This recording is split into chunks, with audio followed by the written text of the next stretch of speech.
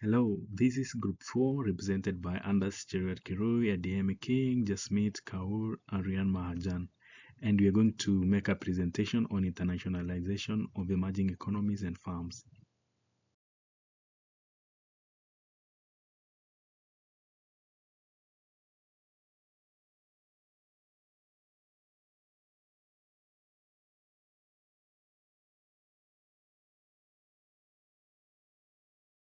Now, foundation of the international business. Now, immediately after the First World War, uh, international business became part and parcel of the activities, especially for developed economies such as the US, UK, and the Netherlands. And in order to go into emerging economies, the multinational in these economically advanced economies, they went through exporting and also through foreign direct investment. And immediately after the First World War, there were some contributing factors that enabled them to go international. These are key factors including growth in national economies. We had the demand for raw materials, the demand for food, introduction of international property laws, among others. Now, after the Second World War, there was a shift in foreign direct investment trends, and this was due to the shock that reconfigured the marketplace. Some of the factors that negatively affected FDIs included decline in colonial empires. There were considerable government intervention in economic activities, and also an increase in communist states, which had their rules that it really impacted on foreign direct investments.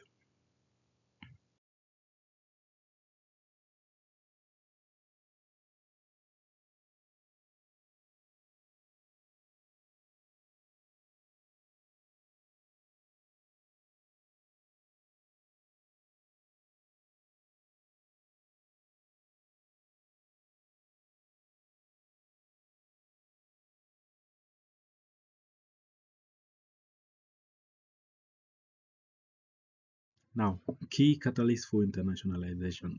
Um, After the Second World War, foreign direct investment was negatively affected, especially for the three countries that were dominant in multinational corporations and which was carrying out their international business across the globe, because they were taking like two-thirds of all the foreign direct investments were represented by these countries. Now, they were after FDIs was affected, there was a new change and reconfiguration, and some of the global shifts that facilitated internationalization uh, was specific to countries. For instance, China's open door policy, the fall of Berlin Wall in 1987, and all these other factors. All this facilitated a rise in firms from these emerging economies that had promising presence in the international market. And consequently, with those emerging economies, they also had their own advantages and factors that enable them to internationalize. For instance, we have the democratization and liberation of states, transfer of know-how in marketing, management. We have the introduction of international property laws, technology which was advanced, and we also have business support structures. All these factors enable countries now to move globally and do businesses in that space. And also, with internationalization, we have two key theoretical foundations, and the first one is resource-based view. Now, this mainly speaks about firms having assets and resources in their host country, which gives them competitive advantage when they go into other countries. And those firms that do not have initial resources from their home country, they can acquire it from their host country, and this gives them also a competitive advantage when they want to compete with other competitors. And the second one is institution-based view. These are the formal and informal institutions that gives rules, guidelines for farms, and these are strategic in the sense that they influence the business activities of the farms.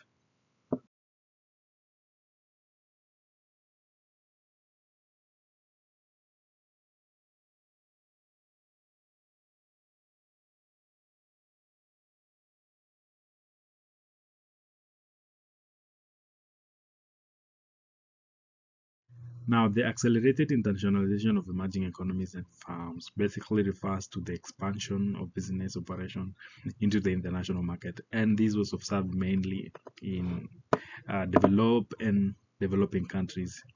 And with developed countries, they took advantage of inward foreign direct investment in the sense that the global companies or the manufacturing or multinational corporations, they were able to establish manufacturing plants in countries, especially in emerging economies such as China, Vietnam, and India. And they were taking advantage of low production costs and the need to access growing consumer markets. Now, for emerging economies, they took advantage of outward foreign direct investment, and this basically refers to economies and firms in this country. They're expanding internationally to acquire resources, to access new markets, or even enhance their competitiveness in the global market. And an example of this is China and Brazil. They were able to invest in overseas and by acquiring natural resources, especially in Africa, or India firms acquiring technology companies in Europe. And of course, it was not an easy thing for these emerging economies, and they had to employ strategies to avoid risk. And some of the ways they did that is through the Miller's Five Ds, such as imitation, flexibility, doing things within their means and within their capacity, and also taking advantage of the market niches. Hi, I'm here to walk you through the regulatory framework, and chapter 2 literally just talks about policy making and how FDI rules are being set either at national level or international level. So in chapter 2 of this study, it talks briefly about the regulatory framework at the national level. This involves just a country setting their own rules in terms of investment globally, and they're not dependent on any body to give them the rule. They aim to accept investors in through incentives. Incentives are what governments use to lure in people to come invest in their country. And the reason why they do that is because they want their country to get developed. And when by doing that, it's like allowing investors kill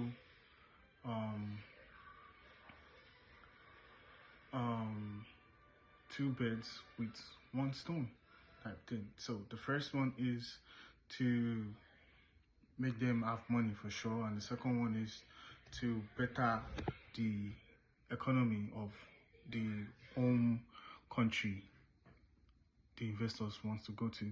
At the international level depends wholly on bodies, and these bodies are the ones that are responsible for investment globally, for internationalization. So they give rules concerning how investors all over the world should they fight for certain rights for investors globally, and they dictate the rules which home countries should follow. And they do this through IIA, which is the International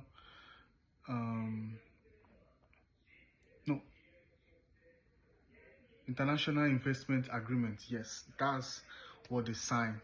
So when doing business, they have to go through this platform, and they they specify their role in this agreement to say, this home country, this is what you're promising this investor, this is your right as an investor, so you won't get cheated and stuff like that. So in conclusion, international framework aim to create uniformity and call investments aim to create uniformity and call investments globally, while national framework one national framework catered to individual countries, ensuring FDI aligns with government selective. So, like I said, without repeating what I said. So, now, right from the two regulatory framework, now it goes further to talk about factors that drive change. What drives foreign direct investment all over the world? There are a lot. But we are given 7. I'll go through the 7 really quick because of time. So the first one is quality of FDI. So this one ensures that as you're investing in home countries in the mindset that you must be sustainable, you must be environmental friendly, you must be economical and social um, positive, and you mustn't do something against that. The rise of emerging markets. The rise of emerging markets talk about how emerging markets has been doing well all over the globe, and they've risen 25% in 2009. So we have bunch of um, determinants, well, factors that drives foreign direct investments. Not to waste time because my time is going now. So, in summary, overall, you have to pay attention what is happening all over the world. For instance, another point is rising attention of national interest. This one has to do with countries setting rules based on events or happening. Example is the post 7/11 period. What happened? So um, um, post 7/11 time, whereby um, companies couldn't hire Islamic people just because, not only hire, not partner with Islamic companies just because of what happened during the 7/11 time. Another point that I see that is valuable again is doubt whether IRA is effective for FDI. So, people are always, doubting with the agreement, does it work? Does it happen or not? So that is literally the summary of the whole paper and this research. That's what it's all about. Now I'm going to pass it rest to my partner to go on from there. Thank you.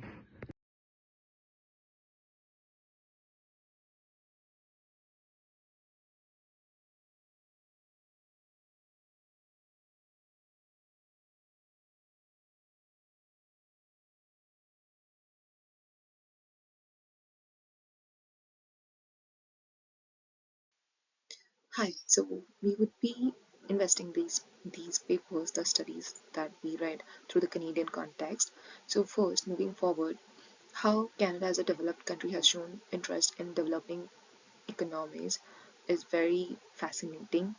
The country is investing generously abroad as compared to the domestic market, as they see less potential within the country itself as compared to the foreign markets. The reason behind it is that their low GDP, which makes sense. So we'll be understanding why Canada is taking interest in the developing economies and how the factors in the developing economies has led to developed nations to invest in themselves through 3 examples. Here is a Canadian investment chart as compared to 2000 and 2015. From this chart, we can see the United States is the major receiver of FDI from Canada.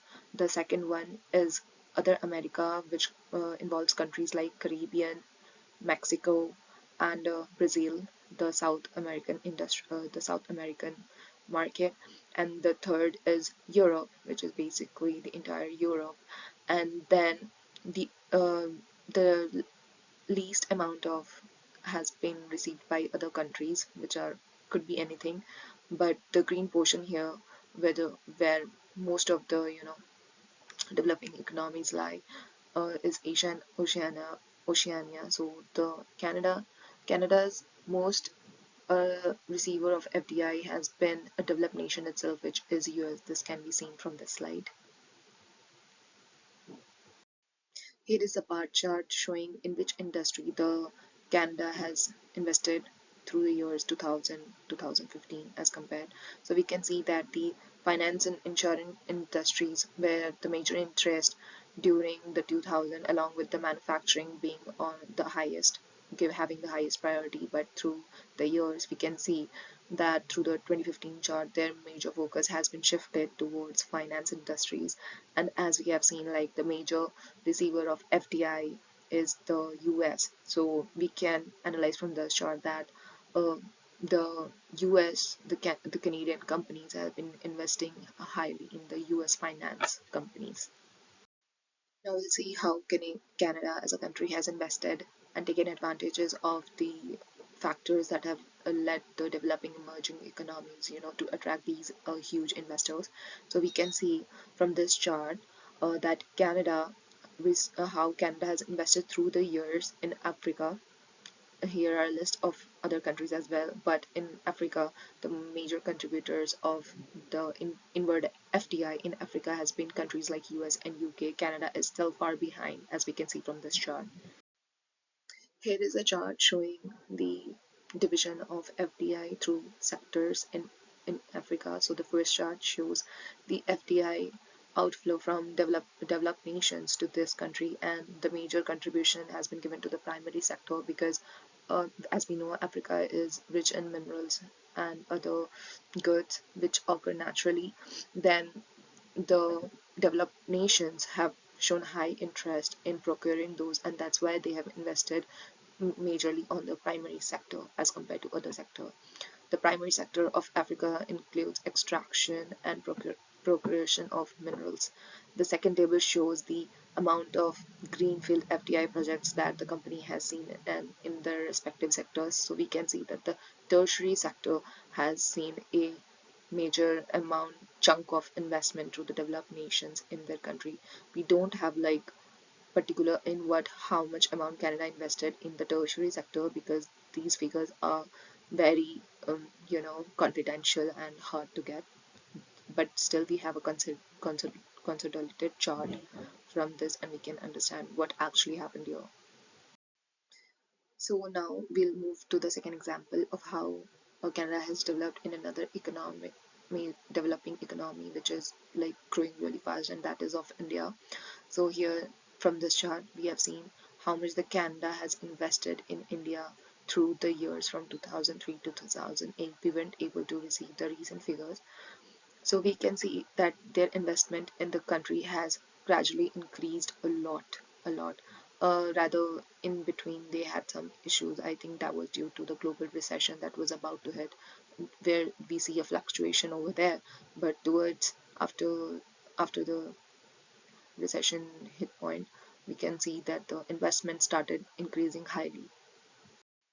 Canada has shown interest in major five industries of India, which is related to power and energy. Oil, again, we see the similarity how the country is so much interested in natural resources of the developing economies.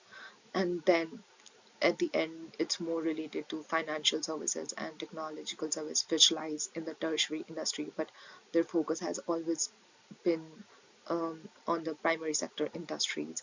And this is what we get to know from the paper which was done by Nivanti and Ahmed. So this is a bunch of examples from where we can see how Canada has invested in which sectors in the Indian outscale. So Bombardier has invested in developing rail coaches. Rail is a base major important industry of India. Is many people, many huge thousands and thousands of people rely on rail transport for their everyday commute for work and other activities.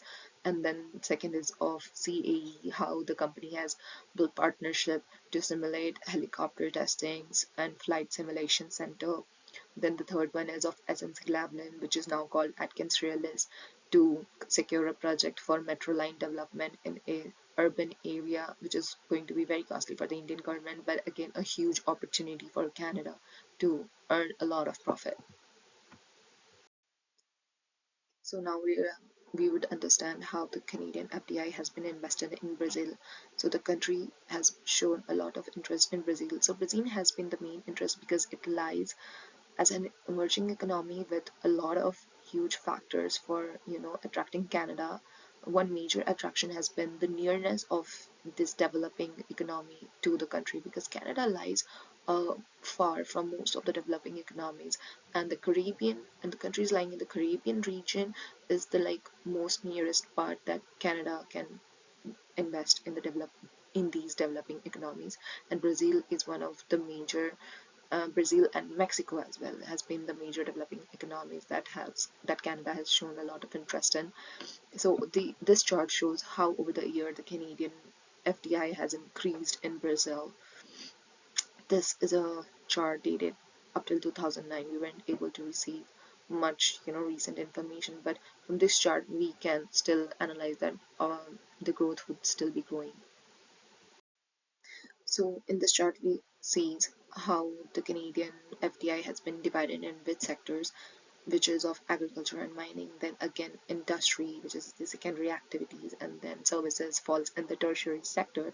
Again here we are able to analyze that primary sector has been a major interest of the Canadian government. They are hugely interested in the minerals and primary sector activities, which includes extraction of natural resources. It's very fascinating how, as a country which itself is so enriched in natural resources, shows huge interest in other economies that has natural resources. It's very fascinating. There is definitely something going on here which is not the scope of this research. Moving forward, my other mate would describe how would compare the Canadian FDI with another developed nation, how it has shown interest in similar emerging economies. Hello everyone. Today I am going to speak about US investments in Brazil, Africa, and India. Let's now explore US investments in three strategic regions: Brazil, Africa, and India. These regions represent unique opportunities for the US to drive economic growth, foster innovation, and strengthen international partnerships. The US approach in these regions is not uniform, it's tailored to the unique needs and potential of each market. In Brazil, the focus has been on leveraging natural resources and advancing renewable energy. In Africa, the emphasis lies on infrastructure, technology, and sustainable development. And in India, the US is tapping into the country's growing technological and healthcare sectors. What ties these investments together is the strategic alignment of US interest with the developmental priorities of its partners. This approach not only ensures economic returns but also builds trust and cooperation. With this in mind, let's take a closer look at Brazil first. Let's talk about US investments in Brazil. The US stands as Brazil's top foreign investor, building a robust economic partnership. In 2022 alone, US foreign direct investment reached $86 billion, reflecting a strong commitment. Key sectors benefiting from this investment include energy, finance, and technology, which are driving innovation and fostering development in the region. The investment strategy here is clear: focus on Brazil's strengths while fostering innovation. Now, let's turn to Africa, where the US is pursuing a different yet equally impactful approach. Moving on to Africa, the US has prioritized investments in technology, infrastructure, and energy to foster economic growth. The Prosper Africa program plays a key role in this, promoting trade and investment across the continent. In 2022, the US committed $500 million for priority infrastructure projects, reflecting a clear focus on development and partnership. These efforts highlight the US dedication to building strong, sustainable economic ties with African nations. Now, let's turn our attention to India, a rapidly growing economy with huge potential. Now, let's talk about India. India is a critical partner for the US, driven by its large population, growing economy, and digital transformation. US investments focus on three areas: healthcare, financial services, and technology. In healthcare, with a $30 billion opportunity, Investments in pharma and health tech are improving access through innovations. In financial services, Blackstone is investing $2 billion annually, driving fintech growth and financial inclusion. Finally, in technology, AWS plans a $12.7 billion investment by 2030, and Google has pledged $10 billion to boost digitization, solidifying India as a tech hub. These investments align with India's development goals, fostering growth and innovation. Now, let's explore lessons Canada can draw from these strategies. So, what can Canada learn from US investment strategy? Three key lessons stand out. First, focus strategically by identifying high growth markets like Brazil, Africa, and India, where Canadian expertise can have the greatest impact. Second, diversify beyond traditional sectors like mining into areas such as renewable energy, fintech, and health tech. And finally, build strong partnerships with local governments and businesses to ensure investments are impactful and collaborative. By applying these strategies, Canada can enhance its global investment presence and drive sustainable growth. In conclusion, the US investment strategies in Brazil, Africa, and India demonstrate how strategic, diversified, and collaborative approaches can drive economic growth while fostering global partnerships. These investments are not just about returns, they are about creating shared values. If Canada adopts similar strategies, it can strengthen its position in the global economy and build long term partnerships that benefit both Canada and its international allies. Thank you.